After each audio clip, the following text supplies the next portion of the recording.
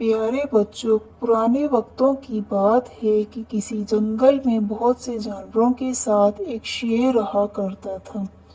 یوں تو شیر کو اپنی طاقت کی وجہ سے جنگل کا بادشاہ مانا جاتا ہے، لیکن یہ شیر نہایت ظالم تھا اور اپنی طاقت کا ناجائز فائدہ اٹھاتا تھا۔ بجائے اس کے کہ وہ اپنے جانوروں کو کسی بھی مشکل سے بچائے رکھتا، وہ خود انہیں شکار کر کے کھاتا تھا۔ شیر کا معمول تھا کہ وہ روزانہ جنگل میں سیر کرنے کو نکلتا اور بھوک محسوس ہونے پر اپنی پسند کے جانور کا شکار کر کے کھا جاتا۔ جنگل کے تمام جانور اس صورتحال سے بے حد پریشان تھے۔ وہ طاقتور شیر کا مقابلہ کرنے کے قابل نہیں تھے اور ان کے پاس اپنی جان بچانے کا بھی کوئی راستہ نہیں تھا۔ آخر ایک روز ان حالات سے تنگ آ کر ڈرپوک گیدڑ نے تمام جانوروں کو ایک جگہ اکٹھا کیا اور ان سے کہا کہ ہم اپنا ہر دن اس خوف میں گزار رہے ہیں کہ جانے کب شیر کی خوراک بن جائے، اور یہ بھی ہم سبھی جانتے ہیں کہ آج نہیں تو کل ہمیں شیر کی غذا ہی بننا ہے۔ ایسے میں کیوں نہ شیر کو یہ پیشکش کی جائے کہ ہم میں سے کوئی ایک جانور سب کی مرضی کے مطابق خود ہی شیر کا شکار بننے اس کے پاس چلا جائے گا۔ اس طرح کم از کم ہم اپنی موت سے پہلے کے دن تو بغیر ڈرے گزار سکیں گے۔ سوائے خرگوش کے تمام جانوروں نے گیدڑ کی بات سے اتفاق کیا، لیکن خرگوش شیر کے آگے ہار ماننے کو تیار نہیں تھا۔ اس کا کہنا تھا کہ چاہے ہم میں شیر جتنی طاقت موجود نہیں ہے، لیکن اگر اپنی عقل کا استعمال کریں تو شیر کو آسانی سے ہرایا جا سکتا ہے۔ چھوٹے خرگوش کی بات پر کسی نے توجہ نہ دی اور گیدڑ کی بات سے اتفاق کر کے سب اپنے گھروں کو چلے گئے۔ اگلے دن گیدڑ شیر کے پاس غار میں ڈرتے ڈرتے گیا اور اس کے سامنے اپنی پیشکش رکھی، جسے شیر نے قبول کرتے ہوئے کہا، میری ایک بات یاد رکھنا، اگر کسی دن مقررہ وقت پر میرے پاس شکار نہ پہنچا تو میں تم سب کو عبرت ناک سزا دوں گا۔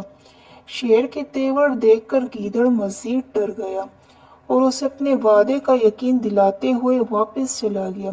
اب جانوروں کا معمول تھا کہ روزانہ وہ مشاورت سے کسی ایک جانور کا انتخاب کرتے اور اسے بوجھل دل سے شیر کا شکار بننے کے لیے بھیج دیتے، لیکن خرگوش کا ذہن مسلسل کوئی ترکیب سوچنے میں مصروف تھا کہ آخر کس طرح تمام جانوروں کو شیر کے ظلم سے بچایا جائے۔ آخر سوچتے سوچتے خرگوش کے ذہن میں ایک ترکیب آئی اور وہ خوشی سے اچھلنے لگا۔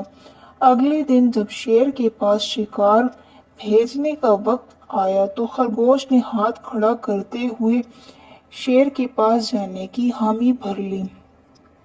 باقی جانوروں نے اسے سمجھانے کی کوشش کی کہ تم ابھی چھوٹے ہو، اس لیے کسی بڑے جانور کا شکار بننے کے لیے نہیں ہو، لیکن خرگوش نے ضد پکڑ لی تھی کہ وہ آج ہی شیر کے پاس جائے گا۔ آخر سب جانوروں نے اس کی بات مانتے ہوئے دکھی دل سے خرگوش کو الوداع کہا۔ خرگوش شیر کے پاس پہنچا تو اس کی سانس بری طرح پھولی ہوئی تھی۔ اسے دیکھ کر شیر بولا، تو آج میری خوراک بننے کے لیے بھیجا گیا ہے، مگر پہلے یہ بتاؤ کہ تمہاری سانس اس قدر پھولی ہوئی کیوں ہے؟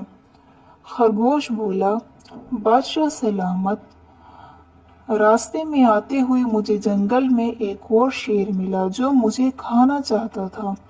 میں نے اسے بتایا کہ وعدے کے مطابق مجھے آپ کے پاس پہنچنا ہے،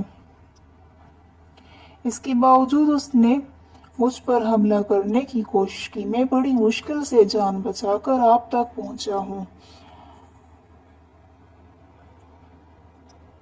مجھے بھاگتے دیکھ کر شیر بول رہا تھا کہ تم نہ صحیح میں باقی جانوروں کا شکار کر کے اپنی بھوک مٹا لوں گا اور جلد ہی اس جنگل میں تمہارے بادشاہ کو فاقے کرنے پڑیں گے۔ یہ سن کر شیر شدید غصے میں آ گیا اور خرگوش سے بولا،